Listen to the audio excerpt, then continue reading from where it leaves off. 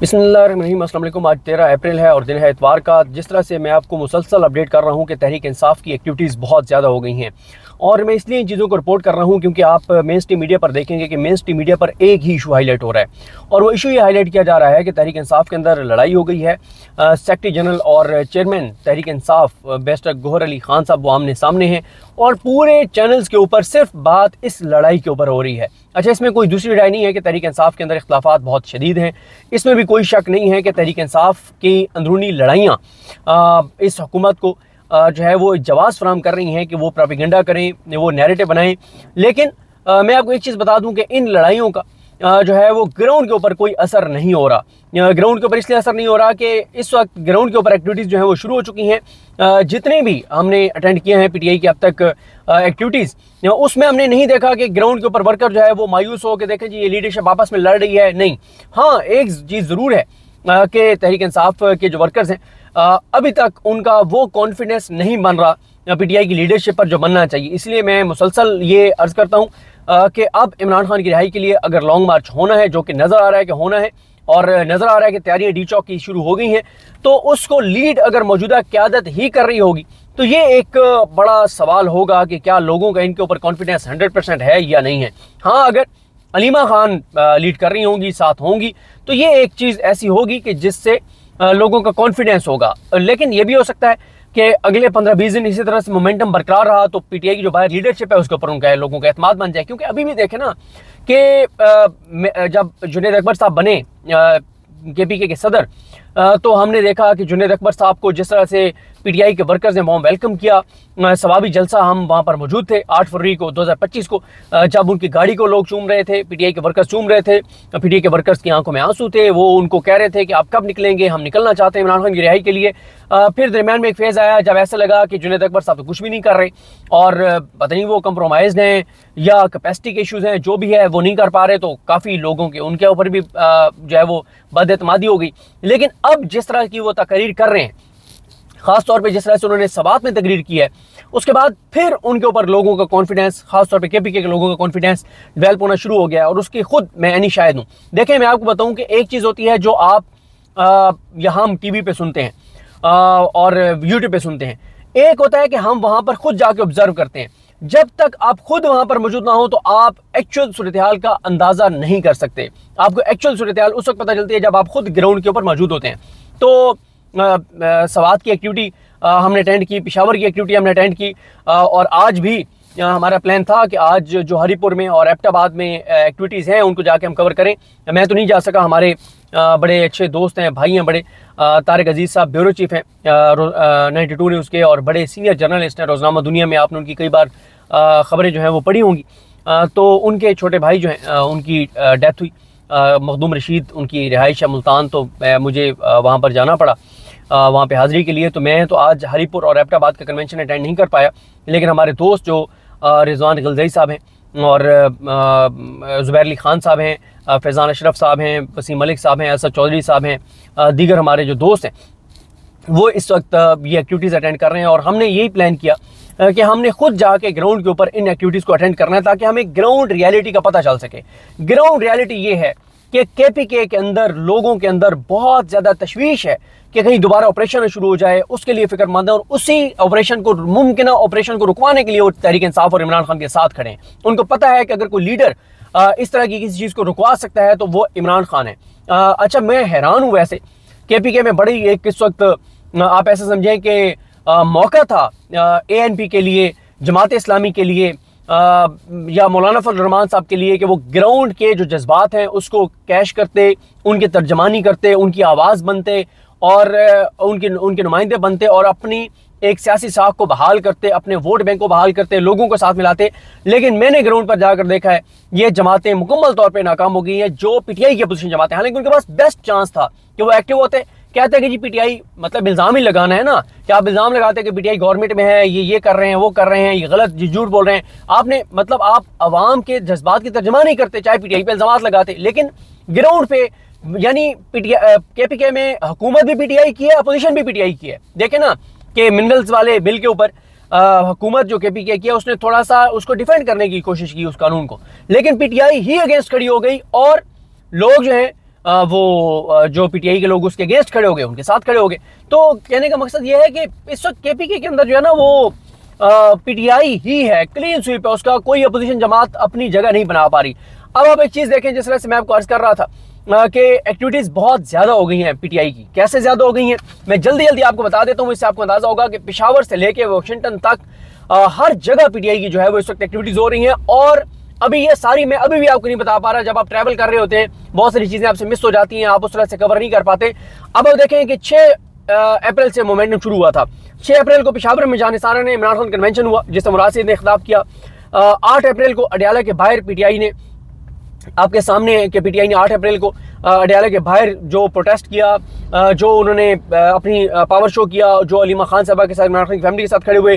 10 अप्रैल को फिर निश्तर हॉल पेशावर में यूथ कन्वेंशन हुआ जिससे एहसान तूर और मुबशर अब्बासी जो है जो सदर हैं इसके जो वो अगला रोड है जो सदर हैं यूथ के और सेक्रेटरी जनरल हैं, उन्होंने खिताब किया। लेकिन ये मैं बता दूं कि एहसान तूर साहब और मुबशर अब्बासी साहब का जो असल चैलेंज है वो ये है कि वो पंजाब में यूथ की एक्टिविटीज़ कब शुरू करते हैं, किस तरह शुरू करते हैं। उनका देखें केपी के होम ग्राउंड है पीटीआई का, वहाँ पीटीआई की गवर्नमेंट है, कोई मसला ही नहीं है।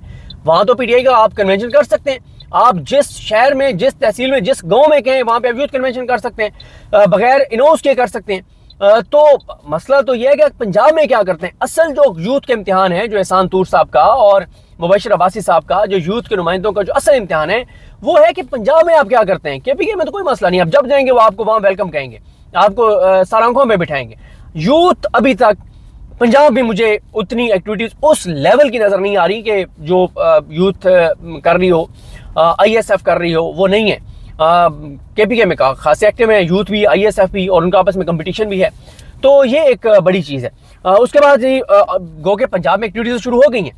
मसलन आप देखें कि लाहौर हाई कोर्ट में जब ये समाअत थी इमरान खान साहब की 9 मई वाले केसेस की, उसमें एमपीएस की बड़ी तादाद गई। और जब से अली हमजा साहबा बनी है चीफ ऑर्गेनाइजर, तो हमें पंजाब खासी एक्टिव नजर आता है। बल्कि आप कल देखें, कल मेजर रिटायर्ड जफर गोंदल साहब जो मंडी बहाउद्दीन से हैं, उन्होंने जिस तरह से जीटी रोड पर रैली निकाली गुजरात तक, और जिस तरह से वहाँ पे हमारे दोस्त हसनैन रफीक ने दिखाया जो अवामी एहसासात और जज्बात थे, तो खौफ के बुत तो पाश पाश हो रहे हैं।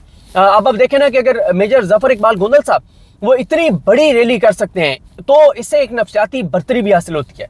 नफ्सियाती बर्तरी आपको हासिल होती है कि आपने कर दिखाया है, खौफ के बुत टूट रहे हैं पंजाब में। तो कल जो रैली की है मेजर साहब ने, गोंदल साहब ने, वो बहुत इंपॉर्टेंट थी कि जीटी रोड के ऊपर आप एक्टिविटी कर रहे हैं, दिन दिहाड़े कर रहे हैं, पूरी कुव्वत के साथ कर रहे हैं, नौजवानों के साथ कर रहे हैं। तो इससे पीटीआई को पूरे पंजाब में जो है वो फायदा होगा। इसी तरह से पीटीआई ने असम्बली के अंदर, कौमी असम्बली में जो एहतजाज था, जो इजलास था, उसमें एहतजाज किया। मतलब आप देखें कि अब मियां नवाज शरीफ वहाँ पे गए, वहाँ पे लंदन पहुँचे हैं, वहाँ पे पीटीआई ने दोबारा वो शायान और सारा गिलगिती और उन सारों ने वहाँ पे प्रोटेस्ट शुरू कर दिया है, वहाँ पे उन्होंने माहौल गरमा दिया है। यूएस में कन्वेंशन हुआ है जिसको हमारे दोस्त उमर जट साहब आजकल वो यूएस में हैं, और वो मैं कह रहा था रिजवान गलजई साहब को और जुबैर अली खान साहब वगैरह को, क्योंकि वो 3 के नाम से उनका बड़ा ज़बरदस्त प्लेटफॉर्म है। तो मैंने उन्हें कहा कि अब आप ऑफिशियली अनाउंस कर दें कि 3 की एक ब्रांच है वो अमेरिका में भी है, क्योंकि वो जिस तरह से कई प्रोडक्ट्स के, वो कई ब्रांड्स, कई दुकानों का लिखा होता है ना कि हमारी कोई और ब्रांच नहीं है। तो मैंने कहा आप बताएं कि आपकी एक ब्रांच है अमेरिका में। और हमारे दोस्त उमर जट बहुत ज़बरदस्त रिपोर्टर हैं, लाइक रिपोर्टर हैं, बड़ी उन्होंने यहाँ पे काम किया पाकिस्तान में, अब वो यूएस में, और खासे वो शुरू कर रहे हैं वहाँ पे ओवरसीज़ पाकिस्तानियों के साथ इंटरव्यूज़ और वहाँ की एक्टिविटीज़, और उसको वो कवर करेंगे और बहुत जानदार अंदाज में कवर करेंगे, क्योंकि उनका खासा एक्सपीरियंस है पाकिस्तान में जर्नलिज्म का और रिपोर्टिंग का। फिर इसी तरह से यूके में अब वो शायद प्रोटेस्ट हो गया, नहीं हो गया, एक उनका था, उन्होंने करना था। हॉलैंड में जो है वो 3 बजे था, अब पता नहीं वो टाइम उनका हमारे से आगे है पीछे है, क्या सूरत हाल है।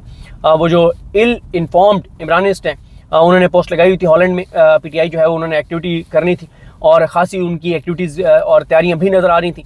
फिर इसी तरह से लाहौर में आप देखते हैं, आप चाहे शेख इम्तियाज़ साहब जो हैं उनकी आप एक्टिविटीज़ देख लें, जो और रिपोर्ट करती रहती हैं, आयशा भुट्टा अपने ट्विटर पे बताती रहती हैं, अवैस यूनुस की आप एक्टिविटीज़ देखें, आप अब्दुल करीम खान साहब की देखें, आप मेहर शराफत साहब की देखें। अब ये तो कुछ नाम मैंने आपको लिए, बाकी नाम आपको बखूबी पता होंगे, मैं सारे नाम नहीं ले पा रहा। तो ये लाहौर में बहुत ज़्यादा इन्होंने एक्टिविटीज़ की हैं, अभी ये कन्वेंशन इन्होंने किया है, तो बहुत ज़्यादा एक्टिविटीज़ जो हैं वो हुई हैं लाहौर में। और लाहौर की इन ये 5 नाम तो मैंने लिए ना, शेख इम्तियाज़ साहब का, अब्दुल करीम साहब का, मेहर शराफत साहब का, अवैस जूनियर साहब का, और अवैस जूनियर साहब और आयशा भुट्टा और बाकियों को भी, मैं बाकियों के नाम नहीं ले पा रहा, लेकिन उनका भी बहरहाल बहुत से लोगों का क्रेडिट है। फिर इसी तरह से आप देखें कि पंजाब असम्बली, वहाँ पे बड़ा अब माहौल गरमा दिया है। मलिक अहमद खान बच्चर साहब और जितने MPs हैं, अपोजिशन लीडर हैं मलिक अहमद खान बच्चर और ये डयाला भी पहुँचे हुए होते हैं, और अभी ये एक और एक्टिविटी कर रहे हैं। अभी वो जगह का मैं खुद ही नहीं बताना चाह रहा।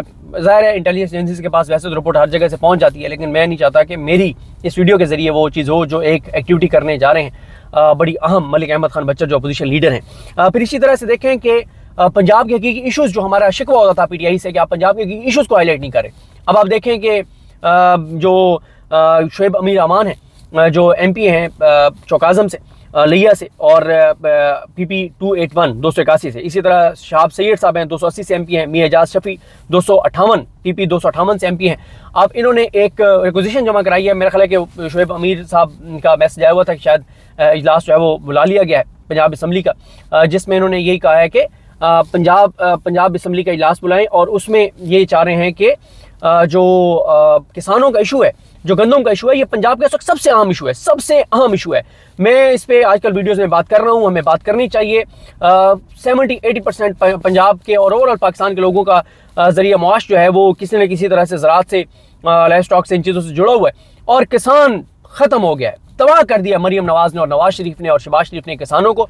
अल्लाह ताला रहम करे। बहुत बुरे हालात हैं किसानों के, जिन से हमारी बात हो रही है, बहुत ज़्यादा हालात ख़राब हैं। और इसीलिए मैंने पहले भी एक वीडियो में कहा है, इसमें भी कह रहा हूँ, और भी वीडियोस में रिक्वेस्ट करूंगा, वो लोग जिन्होंने अपनी ज़मीनें ठेके पे दी हुई हैं और अल्लाह ताला ने उनको नवाजा हुआ है। अब एक है किसी ने अपनी ज़मीन ठेके पे दी हुई है और उसका गुजर बसर भी उसी पैसे पे होना है जो उसने ज़मीन ठेके पे दी हुई है, तो उसका हालात मुख्तलिफ हैं। लेकिन वो बड़े बड़े ज़मींदार जिन पे अल्लाह ताला का करोड़ा एहसान है, अल्लाह ताला उन पे और करम करे, और उनके पास अल्लाह का दिया हुआ बहुत कुछ है। तो उनसे ये गुजारिश है कि जिन किसानों को, छोटे किसानों को, छोटे ज़मींदारों को आपने, छोटे काश्तकारों को आपने ज़मीन ठेके पे दी है, तो खुदारा आपको भी हालात का पता है, आप या तो उनसे इस बार ठेका ले ही नहीं, और या उनको बहुत रियायत कर दें, या उनको आप थोड़ी सी मोहलत दे दें। कभी आप गूगल कर लें, आपको पता चल जाएगा कि जब आप किसी को कर्ज किसी ने आपका देना और आप उसको थोड़ी सी मोहलत देते हैं तो अल्लाह ताला उसका कितना आपको अजर देता है, या आप किसी को कर्ज माफ़ कर देते हैं तो अल्लाह ताला आपको कितने उसकी जज़ा देता है। तो मेरी बहुत गुजारिश है उन बड़े ज़मींदारों से जिनको अल्लाह ताला ने नवाजा हुआ है, और किसान जो है उसके, आप मतलब उसको पता ही है ना कि जो जिसको उन्होंने ठेके पे ज़मीन दी उसका क्या सूरत हाल है, तो सूरत हाल देख के आप उसको माफ़ कर सकते हैं, ठेका माफ़ कर दें, रियायत दे सकते हैं, रियायत दें, मोहलत दे सकते हैं, मोहलत दें, लेकिन आप करें, अल्लाह ताला आपको इसकी जज़ा देगा, अब क्योंकि हालात बहुत ज़्यादा ख़राब हैं। फिर इसी तरह से 11 अप्रैल को सवात और मर्दान में कन्वेंशन हुआ, 12 अप्रैल को करक में हुआ, सिंध में उमरकोट में एक्टिविटीज़ देख रहे हैं, कराची में एक्टिविटीज़ शुरू हो गई हैं। अभी इस वक्त एक कन्वेंशन वहाँ पे चल रहा है जिसमें पुलिस ने रोका हुआ है, अहमद बुबक ने लगाया हुआ था कि उसके बावजूद वहाँ पे PTI के वर्कर्स पहुँच गए हैं। आज 13 अप्रैल है, तो एबटाबाद और हरीपुर में कन्वेंशन हुए जिनको मैं अभी तक नहीं देख सका कि वहाँ पे क्या सूरत हाल थी। हमारे दोस्त गए हुए हैं जो कवर कर रहे हैं, वो भी ज़रूर आपको अपडेट करेंगे। फिर इसी तरह से जो है वो सिंध में ओवरऑल जो नहरों के मामले के ऊपर एक्टिविटीज़ हैं वो चल रही हैं। तो ये वो सारे हालात हैं। फिर इसी तरह से AJK में भी एक्टिविटीज़ जो हैं वो शुरू हो गई हैं। इसके अलावा इस वक्त आप ग्राउंड पे आप जानते हैं कि बलूचिस्तान के अंदर जो हालात और सूरत हाल है वो खासी गंभीर है। आज भी बलूचिस्तान में जो है वो आप देखें कि आज बलूचिस्तान में मैंने यहाँ पे ये बिल्कुल ये आ गया, आज बलूचिस्तान में कोई 20 से 25 जगहों के ऊपर जो है वो बलोच यकजहती कमेटी का जो है वो उनके प्रोटेस्ट थे। यानी आप देखें उनके जारी में, कराची में, ये तो कराची तो चले सिंध का है, लेकिन बलूचिस्तान के बाकी इलाकों में हब में, विंदर, मस्तोंग, तुरबत, कलात, खारान, कोयटा, पसनी, इसी तरह से नौकंडी, वलबदीन, चागी और दीगर, नोशकी, ग्वादर, खुजदार, सोराब, नाल, पंजगोर, ये इन तमाम जगहों के ऊपर बाकायदा जगह भी लिखी हुई हैं, टाइम भी लिखा हुआ है कि कब कब जो है वो PTI बलोच यकजहती कमेटी का मारंग बलोच वगैरह के लिए एक्टिविटी है। तो अब देख लेना कि सिंध में नहरों के मामले पे एहतजाज चल रहा है, बलूचिस्तान में धरने चल रहे हैं, 17वां दिन है आज अख्तर मेंगल साहब के धरने का, बलोच यकजहती कमेटी के एहतजाज हो रहे हैं। सिंध में नहरों के मामले पे पंजाब में PTI ने माहौल गरमाना शुरू कर दिया है, KPK में कन्वेंशन हो रहे हैं, ग्राउंड पे वो लोगों को एक्टिव कर रहे हैं। AJK में वैसे ही प्रोटेस्ट चल रहे हैं, वो मैं देख रहा था। वहीदा साहिबा हैं ट्विटर के ऊपर, उन्होंने बताया हुआ है कि अब मुझे नहीं पता कि अभी उसमें क्या डेवलपमेंट हुई है या नहीं हुई, मैं लेटेस्ट चेक नहीं कर सका, लेकिन सदर अंजुमन ताजरान पूंछ डिवीजन सरदार मोहम्मद शबीर खान साहब, उनके बेटे को जो है वो इस्लामाबाद से अगवा किया गया है। उनका जो बेटा है वो आया था एडमिशन के लिए, यहाँ से सीधा जाने एडमिशन के लिए उनका बेटा जो है वो आया था और उसको उठाया गया है। उसके ऊपर खासा रिएक्शन आ रहा था AJK से। फिर इसी तरह से वहाँ पे बताया गया, वहीदा साहिबा ने ट्वीट पे बताया हुआ था कि राजा गुलाम मुज्तबा है, उनको वो अगवा हैं, सदाकत मुगल साहब अगवा हैं या अरेस्ट हैं, उनके वाले से है।